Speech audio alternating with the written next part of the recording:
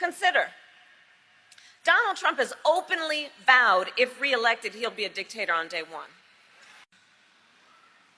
What's more, Trump advisors have created a 900-page blueprint of their agenda for the second term. And you need the right person to be president. You know, we had no war when I was president. War or the threat of war is raging everywhere, and the two incompetent people running our country, or what, I don't actually think they're even running it, are leading us to the brink of World War III. And Kamala Harris told you, if you elect that man, you would be at war within 6 months. There was one person who predicted all of this, and people said she was lying, or that she had Trump derangement syndrome, that she did not know what she was talking about. Now, let's talk about what is really going on here. Some supporters are starting to reflect. They are looking at outcome, looking at decision, looking at consequences, and they are comparing that reality to what was said before. And that's when things start to feel different, because it's one thing to hear a warning, it's another thing to experience it. Kamala Harris was right about everything. Russia is giving information to Iran. Russia is giving information to Iran about U.S. warships, aircraft, other assets in the region. U.S. intelligence knows this. Kamala Harris said that these dictators would eat Trump for breakfast or for lunch, whatever. And MAGA laughed at her, and MAGA acted like their God King is this tough businessman who can strike deals with anyone. And Trump has always said Putin is his, that they have a good relationship, they're buddies, acting like he knows how to control him. No, it's the other way around. Putin knows how to control Trump, and he always has. And when Trump was asked about the U.S., when he was asked about Russia giving information to Iran, his response was, "What a stupid question. What a stupid question." Are we great yet, MAGA? Is this America first? Acknowledging that someone who is supposed to be an ally of the president, right? They're supposedly have a good relationship according to Trump. Giving information to our enemy. Is this what you voted for? This the art of the deal? For everyone who didn't believe Kamala when she said if you give him power back, he's going to turn into a dictator. For everyone who didn't listen to Kamala when she said, look at his policies, they're going to make prices go up. Now you can take his word for it. Over the weekend, first he said on Friday, I couldn't care less if they raise prices. I couldn't care less. I hope they raise their prices. No, I couldn't care less. Talking about the effects of his tariffs and the inflation they'll bring. And then today, Sunday, Trump won't rule out seeking a third term in the White House. He tells NBC News there are methods for doing so. He said he will target and punish those who disagree with him or refuse to bend to his will. He calls these Americans the enemy within and says that he would use the American military to go after American citizens. Journalists whose stories he doesn't like. Nonpartisan election officials who refuse to cheat by finding a few extra votes for him. Judges who insist on following the law instead of following him. It is for reasons like these that General Mark Milley, the former chairman of the Joint Chiefs of Staff, Donald Trump's top general, has called Trump, and I quote, fascist to the core. And once again, Kamala Harris was right about everything. The former vice president warned the American people that Donald Trump would send the military after all of us.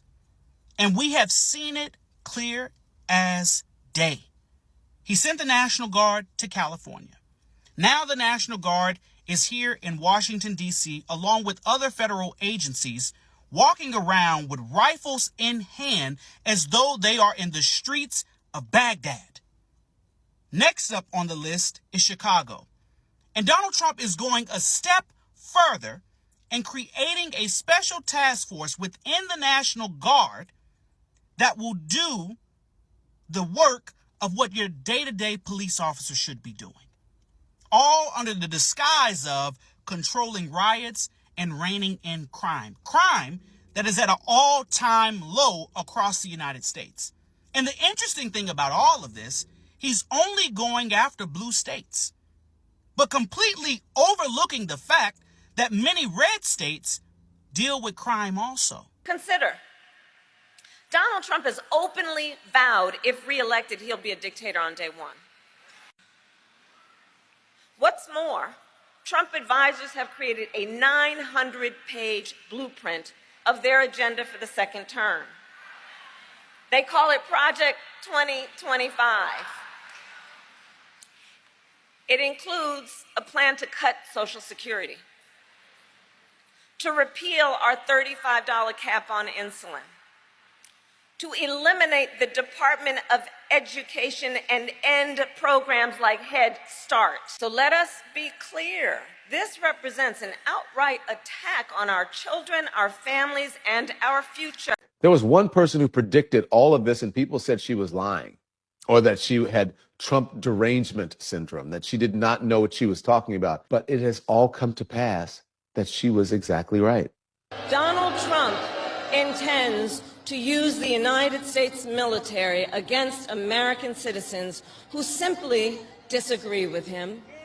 People he calls, quote, the enemy from within. America, this is not a candidate for president who is thinking about how to make your life better. This is someone who is unstable, obsessed with revenge, consumed with grievance, and out for unchecked power.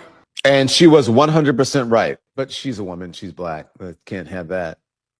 And you need the right person to be president. You know, we had no war when I was president. War or the threat of war is raging everywhere, and the two incompetent people running our country, or what, I don't actually think they're even running it, are leading us to the brink of World War III. And to make her president would be a gamble with the lives of millions and millions of people. She would get us into a third world war. Kamala president would be a gamble with the lives of millions of people. She would get us into World War III because she's too grossly incompetent to do anything about it. Your sons and your daughters will end up getting... If Comrade Kamala wins this November, World War III is virtually guaranteed to happen. Everything she touches, she destroys. The Middle East is blowing up. We could be very close to World War III with these characters that don't have any idea what they're doing. End up getting drafted. They'll have a draft. Oh, she'd love a draft. All she wants is war. The reason I don't get along with her is because she wants to invade every damn country that she... Administration, I will end the endless wars. They never stop. Again, we had no wars. We had no new wars under your favorite president, President Trump. We had no new wars. They thought I was going to start a war. Let me tell you something. I'm going to stop World War III because we're closer to World War III than we've ever been since the end of World War II. The election was almost a year ago, which was so fucking crazy. I cannot believe that we have suffered through almost an entire year of Donald Trump again. And I was thinking today, like, what could we have had? Like, a year ago today, I remember being so filled with hope. I was, like, this close to being proud to be an American again. And then she lost. But what did Kamala Harris have to say this time last year? Like, what could we have had? Let's take a look together, shall we? On day one, Donald Trump would walk into that office with an enemies list. You know, he talks about the enemies from within. When I am elected, I will walk in with a to-do list focused on your people. And at the top of my list is bringing down your cost of living. That will be my focus every single day as president. I will give a middle-class tax cut to over 100 million Americans. We will enact the first ever federal ban on corporate price gouging on groceries. That'll be nice right about now. We will fight to make sure hardworking Americans can actually afford a place to live. And if any of you out there are caring for an elderly parent, Well, my plan will cover the cost of home care under Medicare so that seniors can get the help and care they need to stay in their own homes. It's about dignity. It's about dignity. And my plan will lower the cost of childcare, cut taxes for small businesses. Do we have any small business owners here? I love our small businesses. No, it doesn't. My plan will lower Donald healthcare Trump. costs because, by the way, I believe access to healthcare should be a right and not just a privilege of those who can afford it. Concept. It's about values. On the other hand, Donald Trump's answer to the financial pressures you face, well, it's the same as it was last time. Another $1 trillion in tax cuts for billionaires and big corporations. Right. And this time, he will pay for it with a 20% national sales tax on everything you buy that is imported. Clothes, food, toys, cell phones. A Trump sales tax would cost the average American family nearly $4,000 more a year. And on top of that, you would pay even more if Donald Trump finally gets his way and gets rid of the Affordable Care Act. Remember how many times he's tried to do that? And you're booing because if he were successful, it would throw millions of Americans off of their health insurance and take us back to when insurance companies could deny people with pre-existing conditions. You remember what that was like? Well, we are not going back. Oof, how did we fumble the bag so fucking hard? Was she a perfect candidate? Absolutely not. But show me one. Show me a perfect candidate. Helen Keller would have been a better candidate than Donald Trump, but she's not even real. Kamala Harris told you if you elect that man, you would be at war within 6 months. And now look. Now look. And you were worried about her laugh. That's what you were worried about. Okay. Have any of you also been seeing the videos from those who voted for Donald Trump being confused about the potential of the US's involvement in the war against Iran? Because, as many of you are aware, he has repeatedly said he is the anti-war president, that he does not believe in going to war. So many of you are experiencing some level of cognitive dissonance around this topic. Because Meanwhile, there are certain promises he did keep, which is he was going to weaponize the Department of Justice and go after his political enemies, that he was going to silence critics against him, that he was going to fulfill whatever his fragile ego needed through the tool of our federal government. That he did, whatever he needed to do to enrich himself, literally his pockets, not to mention his ego, he has done. And I think it's important as we move forward to realize that they did what they said they were going to do. I heard a story about a friend of mine was telling me about a Cuban American whose partner was being deported to Sudan, and that person was a big Trump supporter, and thought, well, why is this well, but he said he was only going to go after criminals. Right.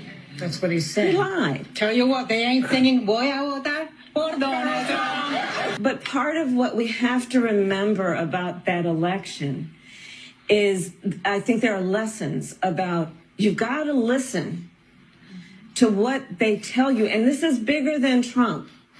And this is part of what I also write about in this book. We are talking about an agenda that has been decades in the making, Yes. for which we are now witnessing a high-velocity event that feels like chaos because it's all happening so rapidly. But it is about the implementation, the swift implementation of a plan that has been decades in the making, the Federalist Society, the Heritage Foundation. Right. This did not just happen overnight. He has been a useful tool for an agenda that is much broader than the one individual. Let's be clear about that. Yes.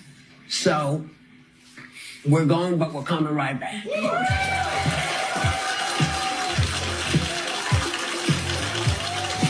You don't think Kamala Harris would have gotten involved in this war? Absolutely not. In terms of You think Trump's easy to, you think he's swayed easily? Easier than Kamala? Absolutely, yes. Why? Every time Trump speaks, I feel like I'm hearing the last person that he spoke to, their words coming out of his mouth. So, for instance, he has meetings with Putin and he starts talking about the arbitrariness between the border of the United States and Canada. That's not a very American talking point. That's a very Russian-esque, Putin-esque take on borders, about the arbitrariness of borders. But how do you feel about Kamala Harris consistently switching her policy points, fracking through the election? You don't think she changes to fit what people need her to be? She was anti-fracking, pro-fracking. It's like fracking, new fracking licenses on certain federally owned grounds or whatever. It's not like she would have turned back the clock on all American energy production or whatever. Like, people like to point out that Trump was big on energy production in the United States, but I mean, like, under Biden, we became a net energy exporter for the first time in history. So it doesn't seem like the Democrats were slacking there at all. And then also this weird obsession that Trump has with being super hateful against any green energy. Like, I'm not saying that we need to abandon fossil fuel, but like his policy on solar panels and windmills is like... The other day, Donald Trump said on his first day he's going to be a dictator for a day. I like that. Yeah, I like that. Would you rather have Donald Trump as a dictator for 4 years or re-elect Joe Biden for 4 years? I would rather have Donald Trump. I'd like to see the repeal the Roosevelt law so that he can be a president for a lot more than 4 years. But this country needs a dictator. I hate to say that, but it's the truth. You know, you don't have to like the words that come out of the man's mouth, but sometimes in life we all need a good paddling from the principal. No idea. I don't know. Would you rather have 4 years of Donald Trump as a dictator or 4 years of Joe Biden as a president? Trump. As a dictator? Maybe. Would you rather have 4 years of Donald Trump as a dictator or 4 years of Joe Biden as a president? Donald Trump all the way. Why the hell is Donald Trump worried about Cuba? Why don't we worry about America? Let's talk about that first and foremost. Like, here he is worried about what Cuba trying to take over them and take over their whole country, and we got Americans over here struggling. Gas prices are soaring. Like, are you serious right now? Like, is this really happening? No. This is the president that you guys elected in. Here's the thing. He forgets he works for us. Okay? His job is to take care of the American people. Quit sending billions of dollars overseas. Quit sending all this crap over to other countries. And let's start putting this money back in America's pocket. Okay? Because he works for us. These other foreign leaders take care of their countries just fine. But why can't he take care of us? You voted for Trump in 2016, right? Yep. And again in 2020. Yes, I did. And who are you voting for in the next election? Kamala Harris. Okay. I really can't stand the man now. But you used to like him. What happened? I turned off Fox News. That was actually a huge piece of it. When you shut that off, your brain changes. And I got to see what was really happening. Where did you get your information?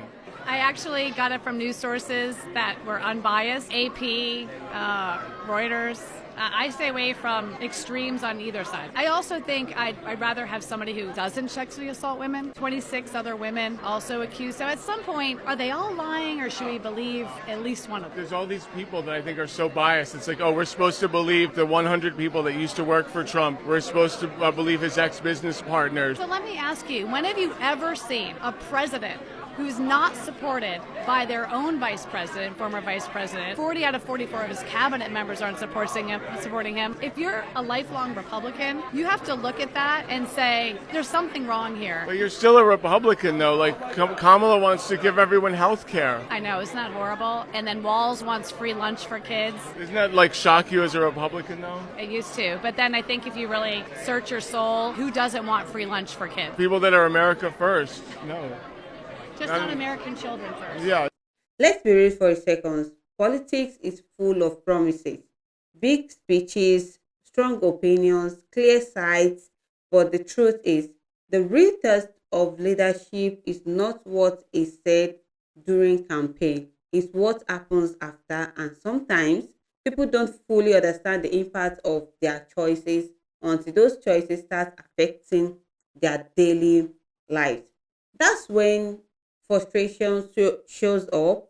That's when questions start, and that's when we are seeing now. Now, here is what the perspective of Black Americans becomes very important. Black community have historically approached politics with a level of caution, not because they don't care, but because they have seen what happens when promises don't match reality. For decades, Black voters have asked deeper questions. Who benefits from this politics? Who is protected, who is left out, because experiences has taught them that outcomes matters more than words. So when some voters now begins to question what they once supported, it's not shocking from a black perspective. It's something that has been observed before. Now, here is the uncomfortable part. Sometimes people ignore warnings not because they were not clear, but because they didn't want to hear them. And when reality finally catch up, it feels like a surprise. But in many cases, it was always there. It just wasn't being acknowledged, and that's where accountability comes in. Because reflection is important, but understanding why the decision was made in the first place matter even more. Now, let me ask you something that might make you think. What if moments like this are not about being right or wrong? What if they are about awareness? What if more voters start looking at outcome instead of just message? Because once that shift happens, politics becomes less about emotion and more about understanding. The reality is every election cycle comes with lessons. Some people learn early, some people learn later, but those lessons shape future decisions. And most and moments like this, what people begins to reflect are part of that process. It's not about pointing fingers, it's about recognizing patterns, understanding consequences, and becoming more informed. At the end of the day, this is not just about Donald Trump or Kamala Harris. It's about how people process information, how they make decisions, and how they respond when reality challenges those decisions. For Black Americans, the kind of reflection is not new. It's part of a long history of navigating complex systems. For others, it might feel like a new realization. So when you hear a title like Mega Voters Uproar when Kamala Harris writes about Trump. So when you hear headlines like MAGA voters snap, was Kamala Harris right about Donald Trump? Don't just see it as a drama, see it as a moment of reflection, a moment where people are comparing expectation with reality and asking questions they didn't ask before, because those questions really matters. Now, I want to hear from you. Do you think voters are starting to look at outcome more seriously? Or do you think moments like this happens every election cycle?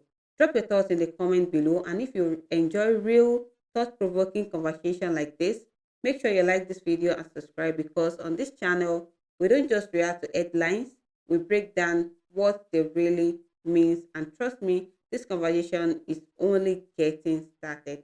Thank you for watching. I will see you all in my next video.